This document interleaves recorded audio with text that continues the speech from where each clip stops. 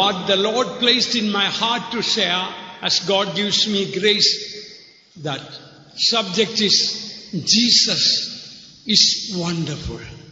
இயேசு ஆச்சரியமானவர் என்கிற விஷயத்தை குறித்து தேவன் என் இருதயத்தில் அதை குறித்ததான ஒரு பாரத்தை தந்திருக்கிறார். அதை குறித்து உங்களிடத்தில் பகிர்ந்து கொள்ளும்படியாக தேவன் எனக்கு தருகிற கிருபைக்கு ஏற்ற விதமாக நான் அதை உங்களிடத்தில் பகிர்ந்து கொள்ள விரும்புகிறேன். ఈ దినమందు మన మధ్య నేను ఉంచినటువంటి కార్యము అంశం ఏమిటంటే అద్భుతమైన యేసు అనే కార్యమును గురించి నేను మీతో చెప్పబోతున్నాను. All those who agree with me, Jesus is wonderful, why don't you raise the hands and shout hallelujah? இயேசு ஆச்சரியமானவர் என்று என்னோடு ஒத்துக்கொள்கிறவர்கள் எல்லாரும் ஏன் உங்களுடைய கைகளை உயர்த்தி ஒரு ஹல்லேலூயா சொல்லக்கூடாது? యేసు అద్భుతమైనవాడు. His name is wonderful. அவருடைய நாமம் ஆச்சரியமானது. ఆయన నామము ఆశ్చర్యకరుడన్నది. God's word says his name shall be called wonderful, counselor, mighty God, prince of peace, everlasting father. வேதம் சொல்கிறது அவர் நாமம் அதிசயமானவர், வல்லமையுள்ள தேவன், நித்திய பிதா, சமாதான பிரபு எனப்படும் என்று சொல்லப்பட்டிருக்கிறது. ఆయన ఆశ్చర్యకరుడు, ఆలోచనకర్త, సమాధాన ప్రభువు, నిత్యుడగు తండ్రి అని రాయబడి ఉన్నది. His name is wonderful. அவருடைய நாமம் அதிசயமானது. ఆయన నామము ఆశ్చర్యకరుడు. His counsel is wonderful. அவருடைய ஆலோசனையும் அதிசயமானது. ఆయన ఆలోచన అద్భుతమైనది. His love is wonderful. அவருடைய அன்பு அதிசயமானது. ప్రేమ ఆశ్చర్యమైనది. His grace is wonderful. அவருடைய கிருபை அதிசயமானது. ఆయన కృప ఆశ్చర్యమైనది. His peace is wonderful. அவருடைய சமாதானம் அதிசயமானது. ఆయన సమాధానము ఆశ్చర్యమైనది. His power is wonderful. அவருடைய வல்லமை அதிசயமானது. ఆయన శక్తి ఆశ్చర్యమైనది. His joy is wonderful. அவருடைய சந்தோஷம் அதிசயமானது. ఆయన సంతోషము ఆశ్చర్యమైనది. His character is wonderful. அவருடைய குணாதிசயம் அதிசயமானது. ఆయన స్వభావము ఆశ్చర్యమైనది. His word is wonderful. அவருடைய வார்த்தை அதிசயமானது. ఆయన మాట ఆశ్చర్యమైనది. His wisdom is wonderful. அவருடைய ஞானம் அதிசயமானது. ఆయన జ్ఞానము ఆశ్చర్యమైనది. His riches are wonderful. அவருடைய ஐஸ்வர்யம் அதிசயமானது. ఆయన ఐశ్వర్యము ఆశ్చర్యమైనది. His work is wonderful. அவருடைய கிரியை அதிசயமானது. ఆయన జీవితమే ఆశ్చర్యము. And his creation is wonderful. அவருடைய சிருஷ்டிப்பு அதிசயமானது. ఆయన సృష్టి ఆశ్చర్యము. His glory is wonderful. அவருடைய மகிமை அதிசயமானது. ఆయన మహిమ His ఆశ్చర్యమైనది. people are wonderful. அவருடைய ஜனங்கள் அதிசயமானவர்கள். ఆయన జనులు His saints ఆశ్చర్యమైనవారు. are wonderful. அவருடைய பரிசுத்தவான்கள் அதிசயமானவர்கள். ఆయన పరిశుద్ధులు His ఆశ్చర్యము. heaven is wonderful. அவருடைய பரலோகம் அதிசயமானது. ఆయన పరలోకం His ఆశ్చర్యమైనది. angels are wonderful. அவருடைய தூதர்கள் அதிசயமானவர்கள். ఆయన దూతలు ఆశ్చర్యమైనవారు. Wonderful, wonderful, Jesus is to me, counselor, Mighty God, Prince of Peace is here, saving me, keeping me from all sin and sin. Wonderful is all the name of praise. come on, clap the hands, let's sing unto the Lord. Wonderful, wonderful, Jesus is to me. Counselor, mighty God, Prince of Peace is here, saving me, keeping me from all sin and sin. Wonderful is all the name of praise. Once again. Wonderful, wonderful, Jesus is to me. Counselor, mighty God, Prince of Peace is here, saving me, keeping me from all sin and sin. Wonderful is all the name of praise. Beloved ones, Isaiah 8:18 says, behold, I and the children whom the Lord hath given me are for signs and for wonders in Israel from the Lord of hosts which dwelleth in Mount Zion. பிரியமானவர்களே, ஏசாயா 8:18 இதோ நானும் கர்த்தர் எனக்கு கொடுத்த பிள்ளைகளும் Zion பர்வதத்தில் வாசமாயிருக்கிற சேனைகளின் கர்த்தராலே இஸ்ரவேலில் அடையாளங்களாகவும் அற்புதங்களாகவும் இருக்கிறோம் என்று சொல்கிறது.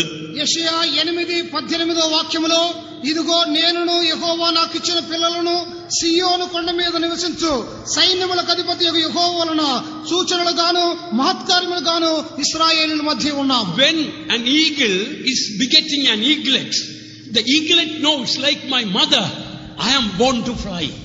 ஒரு கழுகு குஞ்சுகளை பிறப்பிக்கும் பொழுது அந்த குஞ்சுகள் என்னுடைய தாயை போல நான் பறப்பதற்காகவே பிறந்திருக்கிறேன் என்று அறிந்து கொள்ளும். పక్షరాజు పిల్లలను పెట్టినప్పుడు ఆ పిల్లలకుండే తలంపు ఏమిటంటే నేను కూడా నా తల్లి వలె ఆకాశములో ఎగరబోతున్నాననే తలంపు ఉండను. That eaglet, seeing the eagle, knows, like my mother, I will not be creeping on earth or walking on earth, I will be flying like my mother. அந்த கழுகின் குஞ்சுகள் தன்னுடைய தாய் கழுகை பார்த்து, நான் இந்த தரையிலே ஊர்ந்து கொண்டிருக்கவோ நடக்கவோ நான் பிறக்கவில்லை, என்னுடைய தாயை போல ஆகாயத்தில் பறக்கத்தான் பிறந்திருக்கிறேன் என்று அவைகள் அறிந்து கொள்ளும். పక్షిరాజు యొక్క పిల్లలు ఏమనుకుంటున్నవి? మేము భూమి మీద ప్రాకుటకు కాదు కలుగ చేయబడినది, మా తల్లి వలె ఆకాశంలో ఎగురుటకే సృష్టించబడి ఉన్నామని. Beloved ones, we are not born to die, we are born to fly. அருமையானவர்களே, நாம் சாகும்படியாக அல்ல, ஜீவிக்கும்படியாக தான் நாம் பிறந்திருக்கிறோம். We are born to fly. நாம் பறக்கும்படியாக தான் பிறந்திருக்கிறோம். ప్రియులారా, మనము చనిపోవటానికని పుట్టలేదు, మనము ఎగిరిపోవటానికని జన్మించి We ఉన్నాము. are not born to die, but we are born to fly. நாம் மரிக்கும்படியாக பிறந்தவர்கள் அல்ல, பறக்கும்படியாய் பிறந்தவர்கள். మనము చావుటకై జన్మించలేదు, ఎగిరిపోవటకై జన్మించి ఉన్నాము. The spirit of him that raised up Christ dwelleth in you. He that raised Christ from the dead shall also quicken your mortal bodies by his spirit that dwelleth in you. இயேசு கிறிஸ்துவை மரித்தோரிலிருந்து எழுப்பினவருடைய ஆவி உங்களில் வாசமாயிருந்தால் அந்த ஆவியினாலே சாவுக்கு ஏதுவான சரீரத்தை அவர் உயிர்ப்பிப்பார். క్రీస్తు యేసును మృతులలో నుండి లేపిన వాని ఆత్మ మీలో వసించినట్లా మృతమైన మీ శరీరములను అదే ఆత్మతో జీవింపజేయును. We are begotten of our God, therefore God wants us to be like him.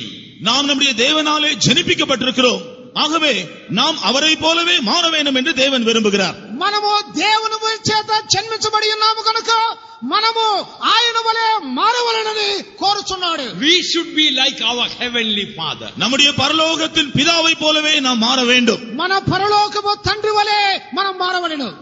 One day we were driving with a believer brother and his child also, little boy. We all the three of us were in the back of the car while driving. ஒரு முறை ஒரு காரில் நாங்கள் பிரயாணம் செய்து கொண்டிருந்த பொழுது ஒரு விசுவாசி சகோதரனும் அவருடைய இளைய மகனும் கூட இந்த 3 பேருமாக அந்த காரின் பின்புற சீட்டிலே நாங்கள் பிரயாணம் செய்து கொண்டிருந்தோம். ఒకసారి నేను ఒక విశ్వాసులు కారులో వారి యొక్క ఇద్దరు పిల్లలతో పాటు వెనకాల సీటులో మేము ముగ్గురం ప్రయాణం చేస్తూ ఉంటుమే. After a short time the little boy fell asleep and he started snoring. கொஞ்ச நேரத்துக்கு பின்பு அந்த சிறுவன் தூங்கி அதன் பின்பு குரட்டை விட ஆரம்பித்தான். కొద్దిగా సేపట్లో ఆ చిన్న అబ్బాయి నిద్రపోయాడు, గురకలు పెట్టడానికి ప్రారంభించాడు. I know the believer, the father, when he will fall asleep, immediately he snores. அவருடைய அந்த சிறுவனுடைய தகப்பனை குறித்து நான் அறிந்திருக்கிறேன். அவரும் கூட தூங்கும் பொழுது குரட்டை விடுபவர் தான். ఆ చిన్న అబ్బాయి యొక్క తండ్రి నాకు బాగా తెలుసు, ఆయన నిద్రపోయేటప్పుడు గురకలు పెడతా నిద్రపోతాడు. And I told the brother, like you, your son also is snoring. இப்பொழுது அந்த சகோதரனை பார்த்து சொன்னேன், சகோதரனே உங்களுடைய மகனும் கூட குரட்டை விடுகிறான் பாருங்கள். అప్పుడు ఆ సహోదరుడితో చెప్పినాను, సహోదరుడా మీ కుమారుడు కూడా గురకలు పెట్టి నిద్రపోతున్నాడే అని చెప్పాను. You know what the father told? Pastor, not only my child, all my children snore like me. அப்பொழுது அந்த தகப்பன் என்ன சொன்னார் தெரியுமா? ஆண்டவரே, இவன் மாத்திரமல்ல என்னுடைய எல்லா பிள்ளைகளும் அப்படிதான் குரட்டை விடுவார்கள் தூங்கும் பொழுது என்று சொன்னார். ఏం చెప్పాడో తెలుసా? నేను మాత్రమే కాదు, నా పిల్లలందరూ గురకలు పెట్టి నిద్రపోతారు. So he looked very proud as he was snoring. All his children are snoring and he seemed to be proud about it. அந்த தகப்பன் தான் தூங்கும் பொழுது குரட்டை விடுவது போல தன்னுடைய பிள்ளைகள் எல்லாரும் தூங்கும் பொழுது குரட்டை விடுவதை குறித்து மிகவும் பெருமிதம் கொண்டார். ఆ తండ్రి తాను నిద్రపోయేటప్పుడు గురకలు పెట్టడం మాత్రమే కాదు, తన పిల్లలందరూ గురకలు పెడుతున్నాడని అతిశయపడుచూ ఉండెను. Beloved ones, it is so with our heavenly Father and with us, our relationship. அருமையானவர்களே, இவ்விதமாக தான் நம்முடைய பரலோக பிதாவிற்கும் நமக்கும் இடையிலே இருக்கிறதான உறவும் காணப்படுகிறது. ప్రియులారా, ఈ విధముగానే మనకును మన పరలోకపు తండ్రికిని ఒక సంబంధం ఉన్నది. The name of our Jesus is wonderful. நம்முடைய இயேசுவினுடைய நாமம் அதிசயமானவர் என்பது. మన యేసు ప్రభు యొక్క నామము ఆశ్చర్యకరుడు అనున్నది. He wants his children also should be like him. அவருடைய பிள்ளைகளும் அவரை போல இருக்க வேண்டும் என்று விரும்புகிறார். ఆయన పిల్లలమైనట్టు మనము కూడా ఆయన వలె మారవలెను అని కోరుచున్నాడు. That is why the word of God says, I and the children whom the Lord has given me are signs and wonders in Israel and who dwelleth in Zion. ஆனபடியால் தான் வேத வசனம் சொல்கிறது, நானும் கர்த்தர் எனக்கு கொடுத்த பிள்ளைகளும் இஸ்ரவேலிலே சீயோன் பர்வதத்தில் அற்புதங்களாக அடையாளங்களாக இருப்போம். నేనును యెహోవా నాకు ఇచ్చిన పిల్లలను సైన్యములకు యెహోవా వలన సూచనలు గాను మహత్కార్యములు గాను సియోను పర్వతం మీద కనబడుచున్నాం. I am sure you heard the testimonies. They were wonderful, aren't they? நீங்கள் இன்றைக்கு சாட்சிகள் எல்லாம் கேட்டீர்களே, அவைகள் எல்லாம் மிகவும் ஆச்சரியமானவைகளா இருந்தனவை அல்லவா? మీరు వినిన సాక్ష్యములన్నీ ఆశ్చర్యమైన సాక్ష్యములే కదా. I am sure almost every one of you will say how Jesus changed your life and everything the Lord turned wonderful. நிச்சயமாகவே எவ்விதமாக இயேசு உங்களுடைய ஜீவியத்தை மாற்றி அதிசயமானதாக மாற்றி இருக்கிறார் என்று நீங்கள் ஒவ்வொருவரும் கூட அப்படி சாட்சி கொடுக்க கூடும் என்று நான் நம்புகிறேன். మీరొక్కొక్కరును యేసు ఏ విధముగా ఆశ్చర్యకరముగా మీ జీవితములను మార్చి ఉన్నాడో అని సాక్ష్యం చెప్పగలవారుగా By the ఉన్నారు. grace of God, I can say since I got saved, I could see the wonderful Jesus making my life in a little way wonderful. தேவனுடைய கிருபையினால் நான் என்னுடைய ஜீவியத்தை குறித்து சொல்லும் பொழுது ஆண்டவர் இயேசு என்னை ரட்சித்த பின்பு என்னுடைய ஜீவியத்தையும் கூட சிறிய அளவில் அற்புதமாய் மாற்றிவிட்டார். దేవుని కృప వలన నేను చెప్పగలిగిన కార్యం ఏమిటంటే నేను రక్షణ పొందిన తరువాత ఆశ్చర్యకరుడైన యేసు నా జీవితమును కొద్దిగా ఆశ్చర్యకరముగా మార్చి ఉన్నాడు. Once I was going to take poison and kill myself because I did not have peace, but now I can raise hand, I say I have wonderful peace because of Jesus. ஒரு காலத்திலே சமாதானம் இல்லாமல் விஷத்தை குடித்து தற்கொலை செய்து கொள்ளும்படியாக நான் போய் கொண்டிருந்தவன்.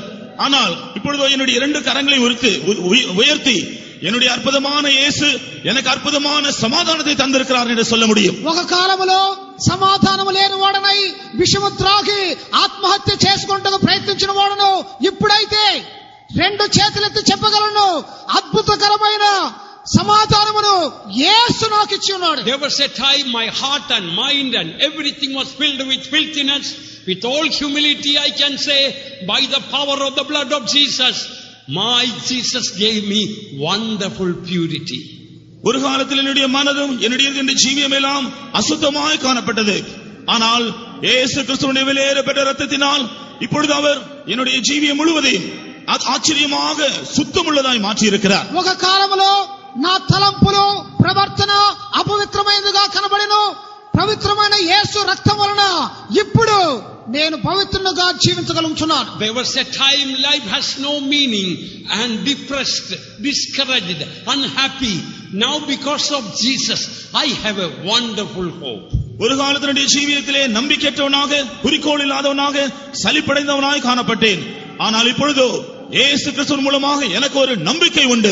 ఒక కాలములో నేను నా జీవితంలో లక్ష్యం లేనివాడనై నిరీక్షణ లేనివాడిగా ఉంటుని ఇప్పుడైతే అద్భుతమైన నిరీక్షణతో జీవిస్తున్నాను. There was a time almost every day going to hospital and drinking all those medicines, making me more sick. And I can tell you by the grace of God, the health God has given me is wonderful. ஒரு காலத்திலே தினந்தோறும் நான் ஆஸ்பத்திரிக்கு சென்று மருந்துகளை குடித்து அவைகள் நிமித்தமாக என்னுடைய வியாதியில இன்னும் மோசமான நிலைமையில் போய் கொண்டிருந்தவன். ஆனால் தேவனுடைய கிருபையினாலோ தேவன் இப்பொழுது எனக்கு தந்திருக்கிறதான சௌக்கியம் சுகம் அது அதிசயமானது. ఒక కాలములో ప్రతి దినము ఆసుపత్రికి వెళ్ళొచ్చు, మందులు త్రాగొచ్చు, నా యొక్క ఆరోగ్యపు స్థితి క్షీణించుతూనే ఉండెను.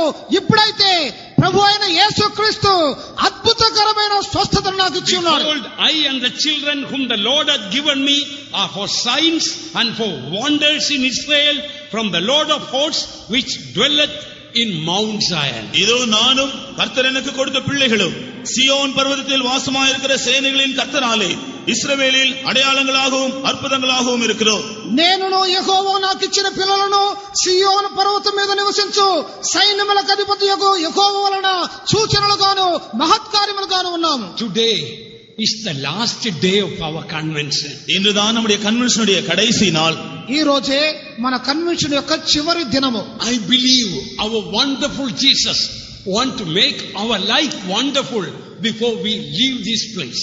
இந்த இடத்தை விட்டு நாம் கடந்து செல்வதற்கு முன்பாக நம்முடைய அதிசயமான இயேசு நம்முடைய ஜீவியத்தையும் அதிசயமாய் மாற்ற விரும்புகிறார் என்று நான் விசுவாசிக்கிறேன். మనం ఈ స్థలమును విడిచి వెళ్ళటకు ముందుగా ఆశ్చర్యకరుడైన యేసు మన జీవితములను ఆశ్చర్యకరముగా మార్చును అని నమ్ముచున్నాను. I want to thank God right from the beginning of our convention, our testimonies, our messages, our songs and the worship and the fasting prayer place and all these. I tell you, it has been wonderful all through. நம்முடைய கன்வென்ஷனுடைய ஆரம்பத்திலிருந்து நம்முடைய சாட்சிகள், நம்முடைய தூதுகள், நம்முடைய பாடல்கள், உபவாச ஜெபங்கள், எல்லா நடவடிக்கைகளும் உண்மையாகவே ఆశ్చర్యమానవిలాய் కాణపడుகின்றன. మన కన్వెన్షన్ యొక్క ఆరంభం నుండి మన పాటలు, ప్రార్థనలు, సాక్ష్యములు అన్నీ ఆశ్చర్యముగా కనబడుతూ ఉండను. In Genesis chapter 1 we read, God made man in his own likeness and in his own image. ஆதியாகமம் முதலாம் அதிகாரத்திலே தேவன் தம்முடைய சொந்த சாயலின்படியும் ரூபத்தின்படியும் மனுஷனை உண்டாக்கினார் என்று நாம் படிக்கிறோம். ఆదికాండము మొదటి అధ్యాయములో దేవుడైన యెహోవా నరుని తన సారూప్యమందును పోలిక చొప్పున కలుగు చేసెను. Orderly learn that God is wonderful. Therefore, when God made us, that instinct to be wonderful, God in a way put in our life. நாம் இதிலிருந்து படித்துக் கொள்கிறது என்னவென்றால், தேவன் அதிசயமானவர்.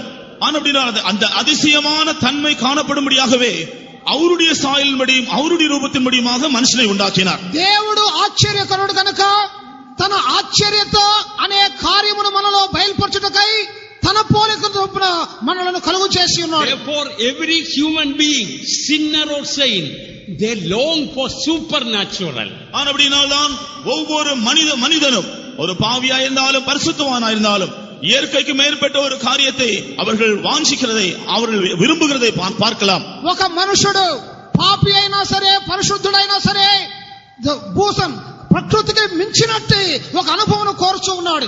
Sinners seek supernatural by drugs, by witchcraft, some other means, but they all want to have something supernatural power. பாவிகள் அவர்கள் போதை பொருள் உபயோகப்படுத்துகிறபடினால், செய்வினை செய்கிறனால், இப்படிப்பட்ட பல காரியங்களை செய்கிறபடினால் இயற்கைக்கு மேற்பட்டதான வல்லமையுடையவர்களாக பிரசித்தி பெற்றவர்களாக மாற வேண்டும் என்று விரும்புகிறார்கள். ఒక పాపి అయినా సరే ఏ కార్యమును చేసినను ఇతరుల కంటే మించిన కార్యము చేయవలనని త్రాగుటలోను మద్యపానములను ఉపయోగించుటలోను ప్రయత్నిస్తున్నారు. But beloved ones, we should not be like the people in the world. There is something divine, supernatural. God wants to work in us and through us. ஆனால் அருமையானவர்களே, உலகத்தில் இருக்கிறவர்களைப் போல நாம் விரும்பக்கூடாது. ஏனென்றால் நம்முடைய ஜீவியத்திலும் நம் மூலமாக தெய்வீகமான விதத்தில் இயற்கைக்கு மேற்பட்ட ஒரு காரியத்தை செய்ய ஆண்டவர் விரும்புகிறார். ప్రియులారా, మనము ఇతరులను అనుసరించకూడదు. ఎందుకంటే దేవుడు దైవికమైనట్టి ఆత్మీయమైన ఒక గొప్ప కార్యమును మన ఎదుట వాంఛిస్తున్నాడు. God has got a great plan for us, more than we can think of. நாம் நினைப்பதற்கும் மேலாக தேவனுக்கு நாம் ஒவ்வொருவரையும் பற்றி ஒரு பெரிய திட்டம் இருக்கிறது. మనము తలంచుట కంటేనో మనలను కూర్చున్న ఒక గొప్ప ఉద్దేశము దేవునికున్నది. God has a wonderful plan for us, much more than we can think of. நாம் நினைத்து பார்ப்பதற்கும் மிகவும் மேலாக தேவன் நம்ம ஒவ்வொருவரை பற்றியும் ஒரு ஆச்சரியமான திட்டத்தை வைத்திருக்கிறார். మనము తలంచుట కంటే అత్యధికమైన సంకల్పము దేవునికి మన ఎడల ఉన్నది.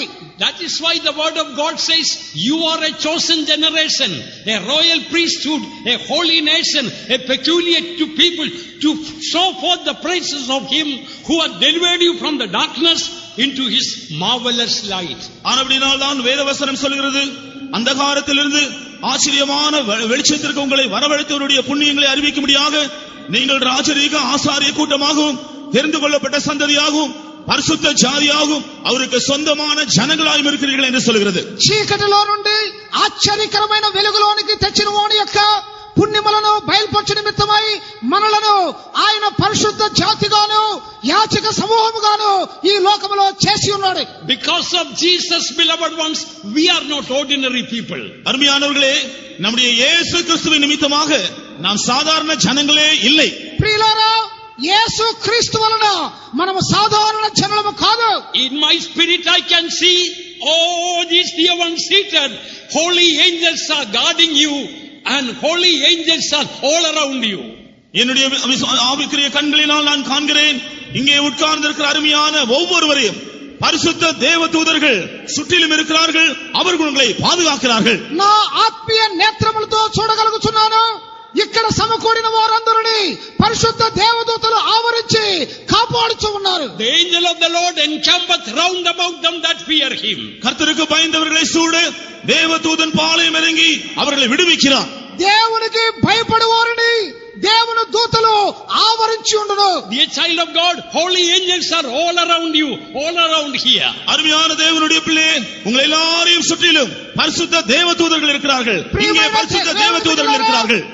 ప్రియమైన దేవుని బిడ్డలారా, దేవుని దూతలు మనందరినీ ఆవరించి ఉన్నవి. Do you know when you walk around, angels are like a wall of fire all around you. நீங்கள் நடந்து செல்லும் பொழுது அக்கினி மதிலை போல தேவதூதர்கள் உங்களை சுற்றிலும் கடந்து வருவார்கள். మీరు నడిచి వెళ్ళినప్పుడు అగ్ని ప్రాకారం వలె దేవుని దూతలు మిమ్మల్ని ఆవరించి ఉండరు. Oh, if our spiritual eyes are open, Lord, dear ones, we will know how caring our God is for us, that our life will be wonderful. அருமையானவர்களே, நம்முடைய ஆவிக்குரிய கண்கள் திறக்கப்படும் என்றால் நாம் ஆச்சரியமானவர்களாய் காணப்படும்படியாக எவ்விதமாய் தேவன் நம்மேல் மிகவும் கருத்துள்ளவராக இருக்கிறார் என்பதை நாம் காண முடியும். ప్రియులారా, మన ఆత్మీయ నేత్రములు తెరవబడిన ఎడల ఆశ్చర్యవంతులుగా మనం మారు నిమిత్తమై దేవుడు మన ఎడల ఆసక్తిని చూపుతున్నాడు. One man of God says, we must pray for the impossible.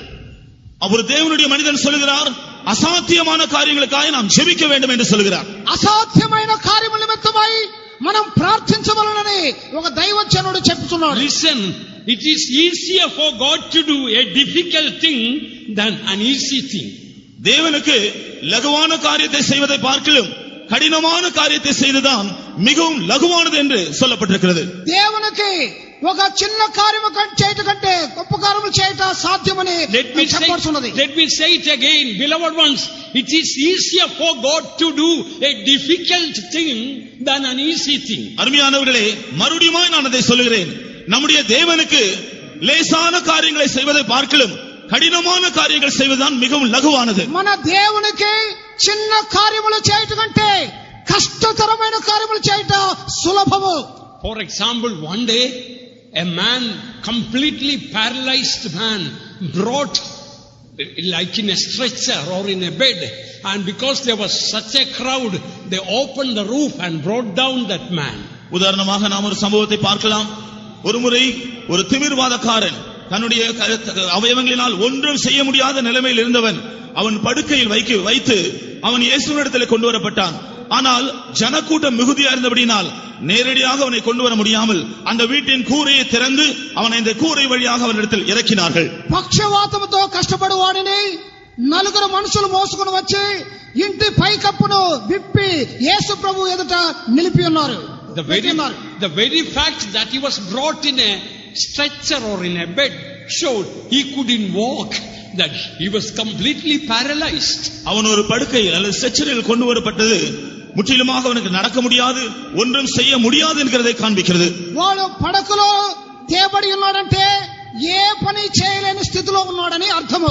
Listen, then Jesus put a question to the public there. அப்பொழுது அங்கிருந்த ஜனத்தை பார்த்து இயேசு ஒரு கேள்வி கேட்டார். అక్కడ ఉన్నట్టి ప్రజానికంతో యేసు ప్రభు ఒక ప్రశ్న అడిగాడు. Luke 5:23, whether is it easier to say, thy sins be forgiven thee, or to say, rise up and walk? லூக்கா 5:23 உன் பாவங்கள் உனக்கு மன்னிக்கப்பட்டது என்று சொல்வதோ எழுந்து நட என்று சொல்வதோ எது எளிது என்று கேட்டார். లూకా 5:23 నీ పాపములు క్షమించబడి ఉన్నవని చెప్పుట సులభమా, నీవు లేచి నడవమని చెప్పుట సులభమా? Now I am going to ask you the same question. Sincerely, at least one of you answer me to this question. அதே கேள்வி இப்பொழுது நான் உங்களிடத்தில் கேட்க போகிறேன். தயவு செய்து ஒருவராகிலும் எழும்பி உண்மையாய் அதற்கு பதில் சொல்லுங்கள். అదే ప్రశ్నను నేను మిమ్మల్ని కూడా అడుగుతున్నాను. దయచేసి ఎవరైనా లేచి దానికి జవాబు చెప్పాలి. Suppose a man is brought in a stretcher and kept in the aisle, completely paralyzed. முற்றிலுமாக செயலிழந்ததான ஒரு மனுஷனை ஒரு ஸ்ட்ரெச்சரில் இங்கே கொண்டு வந்து வைத்திருக்கிறார்கள் என்று வைத்துக் கொள்ளுங்கள். నడవలేని స్థితిలో ఉన్న ఒక వ్యక్తిని స్ట్రెచర్ లో తెచ్చి ఇక్కడ పెట్టి ఉన్నారనుకోండి. And Jesus says to that person through a servant of God or through somebody, that which is easier, whether your sins to be forgiven, that is easier, or to make you to walk, which is easier? இயேசு அந்த மனுஷனிடத்திலே யார் மூலமாகவும் இவ்விதமாக கேட்கிறார் என்று வைத்துக் கொள்ளுங்களேன். உன்னுடைய பாவங்களை மன்னிப்பது எளிதா அல்லது உன்னை எழும்பி நடக்க செய்வது எளிதா? యేసు ప్రభు ఆ వ్యక్తితో ఎవరి మూలమా దైవ సేవకుల మూలంగా చెప్తున్నాడు, నీ పాపములు క్షమించబడట సులభమా లేక నీవు లేచి నడుచుట సులభమా? Tell me honestly, what would be your answer? உண்மையாக பதில் சொல்லுங்கள். உங்களுடைய பதில் இதற்கு என்ன? నిజంగా చెప్పండి, మీ జవాబు దీనికి ఏమై ఉండును? Hope you understand what I say. நான் சொல்லுகிறது நீங்கள் விளங்கிக் கொண்டீர்கள் என்று நான் நினைக்கிறேன். నేను చెప్పు కార్యమును మీరు గ్రహించుచున్నారని అనుకొనుచున్నారు. Which is easier for Jesus? இயேசுவுக்கு எதை செய்வது எளிது? యేసు ప్రభువుకి ఏది చేయట సులభము? Making the person to walk is easier, or forgiving that person is easier? அந்த மனிதனை எழும்பி நடக்க செய்வது எளிதா அல்லது அந்த மனுஷனுடைய பாவங்களை மன்னிப்பது எளிதா? ఆ మనుషుని లేపి నలవ చేయటమా లేక వాని పాపములు క్షమించటమా ఏది సులభం? What would you say? Yes, we will think it's easy to get forgiveness. ஆம், நாம் நினைப்பது என்னவென்றால் பாவங்களை மன்னிப்பது தானே எளிது. పాపములు క్షమించుటే కదా సులభం అని చెప్పుదాము. But this poor man for the last 20 years, he couldn't move. To make that person to walk, that is very hard. இந்த ஏழை மனிதன் 20 வருஷங்களாக ஒன்றும் அசைய முடியாமல் இருக்கிறான். அந்த மனுஷனை எழும்பி நடக்க வைப்பது அது கடினம். ఈ వ్యక్తి 20 సంవత్సరములుగా నడవలేదు, వారిని లేపి నడవబెట్టడమే సులభమని చెప్పవచ్చును. But what was the answer of Jesus here? ஆனால் இங்கே இயேசு சொல்லுகிற பதில் என்ன? ఇక్కడ యేసు ప్రభు చెప్పే జవాబు ఏమిటి? Whether it's easier to say thy sins be forgiven thee, or to say rise up and walk, but that you may know that the Son of Man hath power on the earth to forgive sins. He saith unto the sick of the palsy, I say unto thee, arise and take up thy bed and go into thy house. உன் பாவங்கள் உனக்கு மன்னிக்கப்பட்டது என்று சொல்வதோ எழுந்து நட என்று சொல்வதோ என்பதல்ல, பூமியிலே பாவங்களை மன்னிக்க மனுஷகுமாரனுக்கு அதிகாரம் உண்டு என்பதை நீங்கள் அறிய வேண்டும் என்று சொல்லி திமிர்வாதக்காரனை நோக்கி, நீ எழுந்து உன் படுக்கை எடுத்துக்கொண்டு உன் வீட்டுக்கு போ என்று உனக்கு சொல்லுகிறேன் என்றார். నీ పాపములు క్షమించబడి ఉన్నవని చెప్పడం సులభమా? నీవు లేచి నడవమని చెప్పడం సులభమా? అయితే పాపములు క్షమించుటకు భూమి మీద మనుష్య కుమారునికి అధికారం కలదని మీరు తెలుసుకునవలని వారితో చెప్పి పక్షవాయువు గల వాళ్ళని చూసి నీవు లేచి నీ మంచం ఎత్తుకొని ఇంటికి వెళ్ళము అని చెప్పాను. You ask any medical doctor, a person for number of years paralyzed did not walk. Even if he is completely healed, he needs so many months of physiotherapy and so help him, train him to walk. But here, not only he was asked to walk, take that bed and walk. ஒரு மருத்துவரை நீங்கள் போய் கேட்டு பாருங்கள். நீண்ட நாட்களாக விதமாய் படுக்கையில் இருக்கிற ஒரு மனுஷன் சுகமடைந்தாலும் அவன் எழும்பி சாதாரணமாய் நடப்பதற்கு இன்னும் அவனுக்கு பல பயிற்சிகள் எல்லாம் கொடுக்கப்பட வேண்டும். ஆனால் இயேசுவோ இந்த மனுஷனை பார்த்து எழும்பி நட என்று மாத்திரம் சொல்லவில்லை, உன்னுடைய படுக்கையும் எடுத்துக்கொண்டு போ என்று சொல்கிறார். దీర్ఘకాలముగా వ్యాధిగ్రస్తుడైన మనుషుడు బాగైనప్పటికీ వైద్యులు సాధారణంగా ఏం చేయదురో వాడు నడుచుటకు ఎన్నో అభ్యాసాలు ఇవ్వాలి. ఇక్కడైతే యేసు ప్రభు ఏం చేస్తున్నాడు? నీవు లేచి నీ పరుపెత్తుకొని నడువు అని చెప్పినాడు. Beloved ones, our God lives in the realm of supernatural. அருமையானவர்களே, நம்முடைய தேவன் எப்போதும் இயற்கைக்கு மேற்பட்டதான அந்த நிலைமையில் தான் அவர் வாசம் பண்ணுகிறார். ప్రియులారా, మన దేవుడు ప్రకృతికి మించినట్టు ఒక అనుభవంలో వసించు ఉన్నాడు. His name and character is wonderful. அவருடைய நாமமும் அவருடைய குணாதிசயமும் அற்புதமானது. ఆయన పేరు, గుణము, స్వభావము ఆశ్చర్యమైనది. When we are asking an easy thing, we are limiting the power and the ability, the glory of Jesus. நாம் ஆண்டவர் தேவனிடத்தில் ஏதாவது ஒரு சாதாரண காரியத்தை கேட்கும் பொழுது நம்முடைய கர்த்தருடைய வல்லமை, அவருடைய திறமை, அவருடைய மகிமை எல்லாம் நாமே குறைத்து விடுகிறோம். మన ప్రభువు యొద్ద మనం ఏదో ఒక చిన్న కార్యమును అడుగుచున్నామంటే ఆయన యొక్క శక్తిని, సామర్థ్యతను, మహిమను అదిమి పెట్టుచున్నామనే అర్థము. When we ask only for a small favor, thinking that I don't want to give trouble for God, we are grieving the Holy Spirit. நான் தேவனுக்கு தொந்தரவு கொடுக்க மாட்டேன் என்று எண்ணி ஒரு சிறிய காரியத்தை நாம் ஆண்டவரிடத்தில் கேட்போம் என்றால் உண்மையாக நாம் பரிசுத்த ஆவியானவரை துக்கப்படுத்துகிறோம். దేవుని ఎక్కువగా తొందర పెట్టకూడదని చిన్న కార్యమునే మనం అడుగుచూ ఉంటే పరిశుద్ధాత్ముని మనం దుఃఖపరచువారముగా కనబడదు.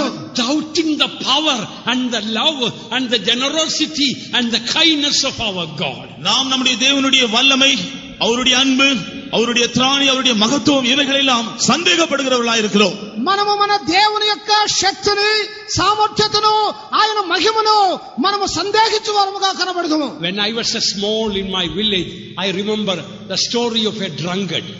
நான் என்னுடைய கிராமத்திலே ஒரு சிறுவனாக இருந்த பொழுது கேள்விப்பட்டதான ஒரு குடிகாரனுடைய கதை எனக்கு ஞாபகம் வருகிறது. నేను చిన్న అబ్బాయిగా గ్రామంలో ఉన్నప్పుడు ఒక త్రాగుబోతును గురించిన కథ జ్ఞాపకం ఉంది. When he's drunk, he's more praying and going to the chapel, the cross, and he will be holding his hand and very reverently praying to Virgin Mary. அவன் நன்றாக குடித்திருக்கும் பொழுதுதான் அவனுக்கு அதிகமாய் பக்தி வரும்.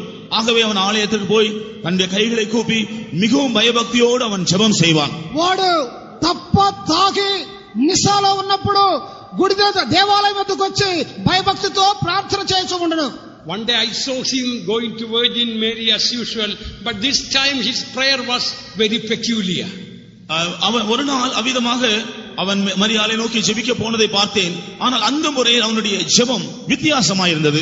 ఒక రోజు దేవాలయం వద్దకు వచ్చి ప్రార్థించడం విని చూచి ఉన్నాను. ఆ ప్రార్థన వ్యత్యాసకరముగా కనబడెను. Mother Mary, I need 10,000 rupees. If you give me 10,000 rupees, 5,000 rupees I will give to you. அவன் ஜெபித்தது என்னவென்றால், அன்னை மரியாளே, எனக்கு 10,000 ரூபாய் வேண்டும். இந்த 10,000 ரூபாய் நீர் எனக்கு கொடுத்தால் 5,000 ரூபாய் நான் உனக்கு கொடுத்து விடுவேன். వాడు చేసిన ప్రార్థన ఏమిటంటే, మరియమ్మ తల్లి నాకు 10,000 రూపాయలు కావాలి, అట్లాగ ఇచ్చావంటే 5,000 రూపాయలు నేను నీకేస్తాను అని చెప్పాడు. Then he thought a while. All right, if you got any doubt about me, you keep the 5,000 and give me 5,000. கொஞ்ச நேரத்துக்கு பின்பு அவன் யோசித்து மறுபடியும் ஜெபித்தான். என் மேல் உனக்கு சந்தேகம் இருக்கும் என்றால் அந்த 5,000 ரூபாயை நீங்களே வைத்துக் கொண்டு எனக்கு 5,000 ரூபாய் கொடுத்தால் போதும் என்று சொன்னான். తిరిగి కొద్దిగా సేపటి తర్వాత ప్రార్థిస్తున్నాడు, నా మీద నీకేమైనా అనుమానం ఉంటే 5,000 రూపాయలు నువ్వే పెట్టుకో, తక్కిన 5,000 నాకివ్వు అని చెప్పాడు. We may say we are not like that drunkard, but with all sincerity, in our prayers, there are some limitations. We think if I pray for that hard thing, God may not ask. So let me say something easy so that it will become easier for God to answer. நாம் அந்த குடிகாரங்களை போல அல்ல. ஆனால் உண்மையாக நாம் ஜெபிக்கும் பொழுது ஆண்டவரிடத்திலே கடினமான காரியங்களை எல்லாம் கேட்டால் கஷ்டம். ஆகவே ஆண்டவரிடத்திலே லேசான லகுவான காரியங்களை கேட்கலாம் என்று சொல்லி நாம் ஜெபிக்கிறோம். మనము త్రాగుబోతు వలె కాదు, అయినప్పటికీ దేవుని యొక్క గొప్ప కార్యములు అడిగితే ఆయన కష్టపడతాడు కాబట్టి చిన్న కార్యములనే అడుగుచూ ఉన్నాము. Beloved ones, my spiritual eyes and your spiritual eyes need to be opened. அருமையானவர்களே, என்னுடைய ஆவிக்குரிய கண்களும் உங்களுடைய ஆவிக்குரிய கண்களும் திறக்கப்பட வேண்டும். ప్రియులారా, నా యొక్క మరియు మీ అందరి యొక్క ఆత్మీయ నేత్రములు తెరవబడాలి. Then we will not pray for easier things, but we will learn to pray for impossible things with greater faith and vigor. அப்பொழுது நாம் லேசான சிறிய காரியங்களுக்காக ஜெபிக்க மாட்டோம். கடினமான அசாத்தியமான காரியங்களை ஒரு பெரிய விசுவாசத்தோடும் வைராக்கியத்தோடும் அவைகளுக்காக ஜெபிக்கிறவர்களாய் நாம் கற்றுக்கொள்வோம். మనము సులభమైన కార్యముల కొరకు ప్రార్థించము గాని గొప్ప కార్యములు ఆశ్చర్యకరమైన కార్యములు కలగవాలని విశ్వాసంతో ప్రార్థన చేయగలము. Psalm 78:41 says, "Yea, they turned back and tempted God and limited the Holy One of Israel." 78ஆம் சங்கீதம் 21ஆம் வசனத்தில் உண்மையாகவே அவர்கள் திரும்பி தேவனை துக்கப்படுத்தி பரிசுத்த ஆவியானவர்களை அவர்கள் மட்டுப்படுத்தினார்கள் என்று சொல்லியிருக்கிறது. 78వ కీర్తనలో ఒక వాక్యం చెబుతున్నది, వారైతే దేవుని మీద సందేహపడి ఆయన యొక్క శక్తిని కుంచపరిచిరి అని వ్రాయబడి ఉన్నది. Very often you and I, we have been limiting the Holy One of Israel. பல சந்தர்ப்பங்களில் நீங்களும் நானும் இஸ்ரவேலின் பரிசுத்தரின் வல்லமையை மட்டுப்படுத்தி இருக்கிறோம். అనేక సార్లు ఇశ్రాయేలు యొక్క పరిశుద్ధుడైన దేవునిని మనం ఎంతగానో కుంచపరిచున్నాము. When we pray for easier things, we are really tying the hands of God. நாம் லேசான காரியங்களுக்காக உண்மையாய் ஜெபிக்கும் பொழுது தேவனுடைய கைகளை நாம் கட்டி விடுகிறோம். మనము సులభమైన కార్యముల కొరకై ప్రార్థించు వారముగా ఉంటే దేవుని యొక్క చేతులను కట్టివేయ వారముగా ఉండము. I remember a servant of God was preaching. ஒரு தேவனுடைய ஊழியக்காரன் பிரசங்கம் பண்ணி கொண்டிருந்த ஒரு காரியத்தை நான் நினைவு கூறுகிறேன். ఒక దైవ సేవకుడు ప్రసంగించుటను జ్ఞాపకం వచ్చున్నది. But far away a person far away from the meeting place, a person was listening to the word of God. அவர் பிரசங்கம் பண்ணி கொண்டிருந்ததை அவர் இருந்த இடத்திலிருந்து மிகவும் தூரத்தில் யாரோ ஒருவர் கேட்டுக் கொண்டிருக்கிறார். దూరములో నిలబడి ఎవరో ఒక వ్యక్తి ప్రసంగమును ఆలకించుచూ ఉండెను. Beloved ones, the word of God is wonderful. அருமையானவர்களே, தேவனுடைய வசனம் அதிசயமானது. ప్రియులారా, దేవుని వాక్యము ఆశ్చర్యకరమైనది. He was a man with severe health problems. அந்த மனிதன் தன்னுடைய ஆரோக்கியம் மிகவும் அதிகமாய் பாதிக்கப்பட்ட நிலைமையில் இருந்த ஒரு மனுஷன். ఆ వ్యక్తి ఆరోగ్య విషయంలో చాలా బాధించబడినవాడు. Some time ago, through surgery, one of his toes and 3 ribs and one kidney were removed by a doctor. சில நாட்களுக்கு முன்பாக ஒரு அறுவை சிகிச்சை நிமித்தமாக கால்களில் இருந்த ஒரு விரல், விலாயில மேல் 3 எலும்புகள், அவனுடைய சிறுநீரகத்தில் 1, இவைகளெல்லாம் மருத்துவர் எடுத்து விட்டார். ఆయన ఒక విపత్తులో పట్టబట్టు వలన ఆయన యొక్క కాలు ఎముక, ఆయన యొక్క కిడ్నీ ఒకటి బాధించబడి విరిగిపోయిన స్థితిలో ఆయన కనబడి ఉన్నాడు. But as he was hearing the word of God, he saw something was happening. He looked to the foot and saw that toe was just growing before his naked eyes. ஆனால் அவன் அந்த நபர் இந்த வசனத்தை கேட்டுக்கொண்ட வேளையில் அவருக்குள் ஏதோ ஒரு காரியம் சம்பவித்ததை உணர்ந்தான். கால்களை பார்த்த பொழுது தன்னுடைய கண்களுக்கு முன்பாக அந்த விரல் மறுபடியும் வளர்ந்தது. ఆయన వాక్యమును వినుచున్నప్పుడు తనలో ఏదో ఒక సంభవము జరిగినట్లుగా గ్రహించాడు. చూసినప్పుడు ఒక అద్భుతమైన కార్యం జరిగినది. He felt something happened to the place where the ribs were and something where the kidney earlier one kidney was. அதே போலவே தன்னுடைய விலா எலும்புகள் எடுக்கப்பட்ட இடத்திலும் ஒரு சிறுநீரகம் அகற்றப்பட்ட இடத்திலும் கூட ஏதோ ஒன்று சம்பவிக்கிறதை உணர்ந்தார். తన యొక్క ప్రకటముకల్లోనూ తన యొక్క కిడ్నీ ఉన్న భాగంలోనూ ఏదో ఒక కార్యము జరుగుటను గ్రహించి ఉన్నాడు. The very doctor who operated and removed this, he checked and told, amazing, all 3 ribs have come back and the kidney that was removed is recreated and restored.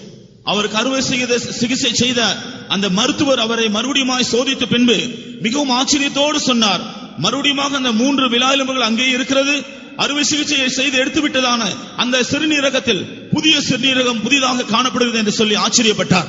శాస్త్ర చికిత్సను చేసిన ఆ వైద్యుడు పరీక్షించినప్పుడు ఆశ్చర్యపడి ఉన్నాడు. ఎందుకంటే ఆ ప్రకటముకలో సరి చేయబడిన విధంగాను ఆ కిడ్నీ బాగుపడినగాను చూసి ఉన్నాడు. In our Madras convention many years ago, one Hindu man who did not have eyeballs, not only born blind, but he did not have eyeballs, as he was prayed for, before people, eyeballs were created, eyes were opened and he could see. சில வருஷங்களுக்கு முன்பாக நம்முடைய Madras convention நடந்ததான ஒரு அற்புதம். ஒரு குருடன், அவருக்கு கண்களே கிடையாது, அவருக்காய் ஜெபித்த பொழுது கண்கள் வந்தது, அவர் எல்லாருக்கும் முன்பாக பார்க்கக்கூடியவராய் மாறினார். ప్రియులారా, కొన్ని సంవత్సరములకు ముందుగా మెడ్రాస్ కన్వెన్షన్ లో జరిగిన కార్యము, ఒక గుడ్డివాడు, కంటి పాపలే లేనివాడు ప్రార్థన మూలముగా కంటి పాప రూపించబడి దృష్టిని పొంది ఉన్నాడు. There was a man who came from Switzerland. He visited Himalayas, tried to be a Hindu. He went to Sri Lanka, tried to be a Buddhist monk. He was discouraged, but when he came, somebody brought him here, and when he saw this, he realized Jesus is the true living God. He gave his heart to the Lord, took baptism, received the Holy Spirit, became a servant of God, served God about 35-40 years and died. அதே போல சுவிட்சர்லாந்தில் இருந்து ஒரு மனிதன் வந்தார். அவர் ஹிமாலயா சென்று இந்து மதத்தை தழுவ விரும்பினார். அதன் பின்பு அதனால் பலனில்லாமல் இலங்கைக்கு சென்று புத்த மதத்தை தழுவிக்கொண்டார். என்றாலும் அவருக்குள்ள எந்த விதமான இளைப்பாறுதல் நிம்மதி இல்லாமல் இருந்தது. அதன் பின்பு நம்முடைய கன்வென்ஷனுக்கு யாரோ ஒரு மூலமாக கொண்டு வரப்பட்டார். இங்கே வந்த பின்பு அவர் இயேசுவை கண்டார். உண்மையான தேவன் இவர்தான் என்று விளங்கிக் கொண்டார். அப்பொழுது ரட்சிக்கப்பட்டார். பின்பு ஞானஸ்நானம் எடுத்து பரிசுத்தாவின் அபிஷேகம் பெற்று கர்த்தருடைய ஊழியத்திற்கு வந்து ஏறக்குறைய 40 வருஷங்கள் கர்த்தருடைய ஊழியத்தை செய்த பின்பு கர்த்தருடைய சமூகத்தில் போய் சேர்ந்திருக்கிறார். స్విట్జర్లాండ్ దేశంలో నుండి ఒక వ్యక్తి హిమాలయానికి వచ్చాడు. హిందూ మతాన్ని అవలంబించాలని సిలోనికి వెళ్లి బౌద్ధమును అవలంబించాడు. చివరిగా ఆయన మెడ్రాస్ కు రాబడి మన యొక్క ఐక్యతను చూసి ఇటువంటి అద్భుతములను చూసి రక్షణ బాప్తిస్మం అభిషేకం పొంది దాదాపు 40 సంవత్సరములు దైవ సేవకుడుగా ఉండి మరణించి ఉన్నాడు. Hands up all those who have seen Pastor Arnold Moser. Hands up. Pastor Arnold Moser அவர்களை பார்த்திருக்கிறவர்கள் கைகளை உயர்த்துங்கள். పాస్టర్ ఆర్నాల్డ్ మోసర్ అని ఆయన్ని చూసిన వారందరూ చేతులు పైకెత్తండి. So many of you have seen him. Often he used to come to Madras. அவர் அடிக்கடி Madras convention வந்திருக்கிறார். ఆయన అప్పుడప్పుడు మెడ్రాస్ కన్వెన్షన్ కూడా వచ్చి ఉండడు. Beloved ones, the word of God says in 139 the Psalm verse 14, I am fearfully and wonderfully made. பிரியமானவர்களே, 139ஆம் சங்கீதம் 14ஆம் வசனத்தில் நான் பிரமிக்கத்தக்க அதிசயமாய் உண்டாக்கப்பட்டேன் என்று சொல்கிறது. ప్రియులారా, 135వ కీర్తనలో ఒక వాక్యం చెబుతున్నది, నేను ఆశ్చర్యకరమైన విధముగా రూపించబడి సృష్టించబడి ఉన్నాను. No, not really ఆశ్చర్య ప్రకారం. I am fearfully and wonderfully made. నేను భయంకరమైన విధముగాను అద్భుతముగాను సృష్టించబడి ఉన్నాను. I also know little bit of Telugu. So, fearfully and wonderfully made. நான் பிரமிக்கத்தக்க அதிசயமான விதத்தில் உண்டாக்கப்பட்டிருக்கிறேன். నేను భయపడినట్లుగా అద్భుతముగా సృష్టించబడి ఉన్నాను. There are two things in us, fearfully and wonderfully made. இரண்டு காரியங்கள் நம்மில் உண்டு. ஒன்று பிரமிக்கத்தக்க அல்லது பயப்படத்தக்க விதத்தில், மற்றொன்று அதிசயத்தக்க விதத்தில் நாம் சிருஷ்டிக்கப்பட்டிருக்கிறோம். రెండు కార్యములు ఉన్నవి.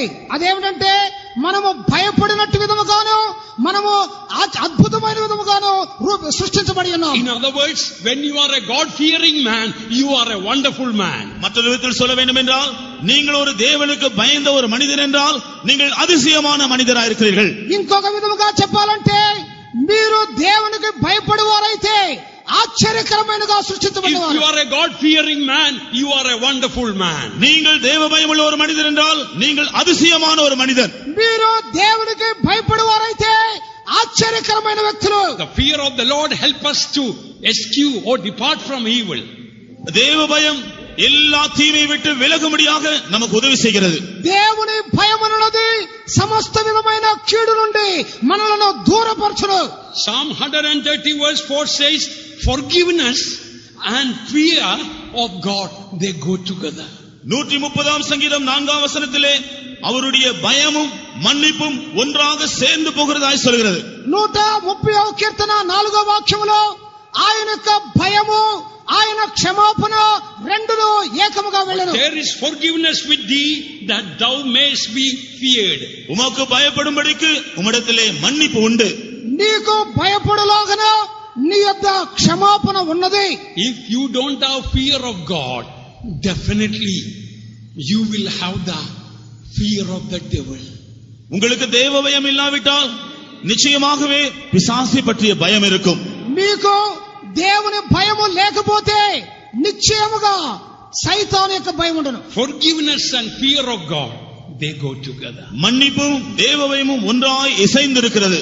క్షమాపణ దేవుని భయము రెండును ఏకముగా In వెళ్ళను. other words, when you cannot forgive your enemies, you lost the fear of God. இன்னொரு விதத்தில் சொல்ல வேண்டும் என்றால், உங்களுடைய சத்துருவை உங்களுக்கு மன்னிக்க முடியாவிட்டால் தேவ பயத்தை இழந்திருக்கிறீர்கள்.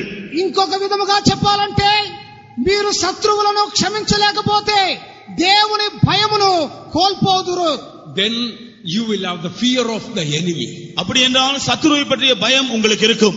అప్పుడు శత్రువులను గురించిన భయము మీకు కలుగును. Let me tell you what my Bible says. The first group of people who go to hell are called fearful people. பிரியமானவர்களே, என்னுடைய வேதம் என்ன சொல்கிறது தெரியுமா? நரகத்திற்கு போகிறதான அந்த கூட்டத்தார், முதல் கூட்டத்தார் யார் என்றால் பயப்படுகிறவர்கள் என்று வேதம் சொல்கிறது. ప్రియులారా, వాక్యము ఏం చెప్పుచున్నదో తెలియనా? నరకమునకు వెళ్లే గుంపులో మొట్టమొదటి వారు ఎవరంటే భయపడేవాళ్ళు. Hear what the word of God says, Revelation 21:8. The fearful and unbelieving and the abominable, etc., etc., they have their part in the lake of fire, lake which burneth with fire and brimstone. வெளிப்படுத்தல் 21ஆம் அதிகாரம் 8ஆம் வசனத்தில் பயப்படுகிறவர்கள், அவிசுவாசிகள், அருவருப்பானவர்கள், இன்னும் சில கூட்டத்தார் எல்லாரும் இரண்டாம் மரணமாகிய அக்கினியும் கந்தகமும் எரிகிற கடலில் பங்கடைவார்கள் என்று சொல்லப்பட்டிருக்கிறது. ప్రకటన 21వ అధ్యాయం 8వ వాక్యములో భయపడువారు అవిశ్వాసులు అసహ్యకులు ఇంకా ఎంతోమంది వారు అగ్నిగుండములో పడవేయబడుదురు. These fearful people, that doesn't mean people who are fearing cat and dog. No. இங்கே பயப்படுகிறவர்கள் என்று சொல்லும் பொழுது பூனையோ அல்லது நாயோ பார்த்து பயப்படுகிறவர்கள் அல்ல. ఇక్కడ భయపడేవారంటే పిల్లిని కుక్కను చూసి భయపడేవాడు కాదు. First, after putting fearful, then only in that list comes murderers and the witchcraft people, sorcerers, idolaters, all are afterwards. So, what is the fearful? இங்கே பயப்படுகிறவர்கள் என்று முதலாவது சொல்லப்பட்ட பின்பு அதன் பின்புதான் தொடர்ந்து கொலைபாதகர்கள், விபசாரக்காரர்கள், சூனியக்காரர்கள், விக்கிரகாராதனைக்காரர்கள் என்றெல்லாம் சொல்லப்பட்டிருக்கிறது. அப்படி என்றால் இங்கே பயப்படுதல் என்று சொல்வது எதை குறிக்கிறது? ఈ వాక్యములో భయపడువారని వ్రాయబడి తరువాతనే నరహత్తులు వ్యభిచారులను వ్రాయబడి ఉన్నది. అట్లాగైతే ఈ భయపడే వాళ్ళనే వారు ఎవరు? This first group of people fearful going to hellfire, they are fearful to do the will of God. இங்கே நரகக்கினிக்கு போகிறதான இந்த முதலாவது கூட்டத்தாராகிய பயப்படுகிறவர்கள் என்று சொல்கிறவர்கள் தேவ சித்தம் செய்ய பயப்படுகிறவர்கள். నరకముకు వెళ్ళే ఈ పిరికి వాళ్ళు భయపడే వాళ్ళు ఎవరంటే దేవుని చిత్తమును చేయుటకు భయపడువారు. You may be born again, but you are afraid to do the will of God by taking baptism. Your church will forsake you, your people will forsake you, your friends will forsake you. I am afraid. I know it is the will of God, but I cannot do it now. நீங்கள் ஒருவேளை மறுபடி பிறந்திருக்கலாம் அல்லது ரட்சிக்கப்பட்டிருக்கலாம்.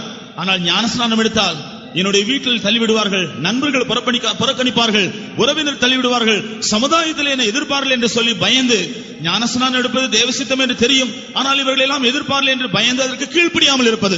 మీరు మారు మనసు పొందినప్పటికీ బాప్టిస్మం తీసుకునే విషయంలో భయము. ఎందుకంటే సమాజం వాళ్ళు, కుటుంబం వాళ్ళు నన్ను బహిష్కరిస్తారేమోననే భయము. అది దేవుని చిత్తమైనప్పటికీ భయపడుచూ ఉన్నారు. You may know the truth of divine healing is really it is based on the word of God. You have seen so many people got healed. You have seen the marvelous hand of God in healing, and you know it is truth, but you are afraid of death. Oh, I don't want to do the will of God. If I do that, you have a fear of death. தெய்வீக சுக சத்தியமானது வேதத்தை ஆதாரமாக கொண்டிருக்கிறது என்று நன்றாக உங்களுக்கு தெரியும்.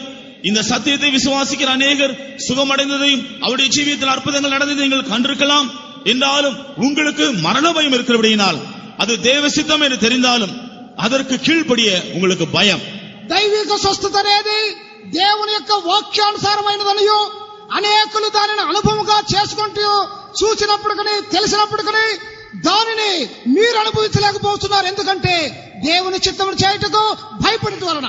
I tell you, based on the word of God, if you don't obey the word of God, particularly the divine healing truth, fear of death may never depart from you. வேத வசனத்தை ஆதாரமாக நான் கொண்டு உங்களுக்கு சொல்ல விரும்புகிறது என்னவென்றால், நீங்கள் இந்த தெய்வீக சுக சத்தியத்திற்கு உண்மையாய் கீழ்ப்படிய முடியாவிட்டால் మరణ భయం உங்களை ఆండు கொண்டிருக்கும். ప్రియులారా, దేవుని వాక్యానుసారముగా చెప్పినది ఏమిటంటే దైవిక స్వస్థతకు మిమ్మల్ని మీరు సంపూర్ణముగా అప్పగించుకొనకపోతే మరణ భయము మిమ్మల్ని వెంటాడును. You may go to the hospital and perhaps you may live few more years. நீங்கள் ஒருவேளை மருத்துவமனைக்கு சென்று சில வருஷங்கள் நீங்கள் ஜீவிக்கலாம்.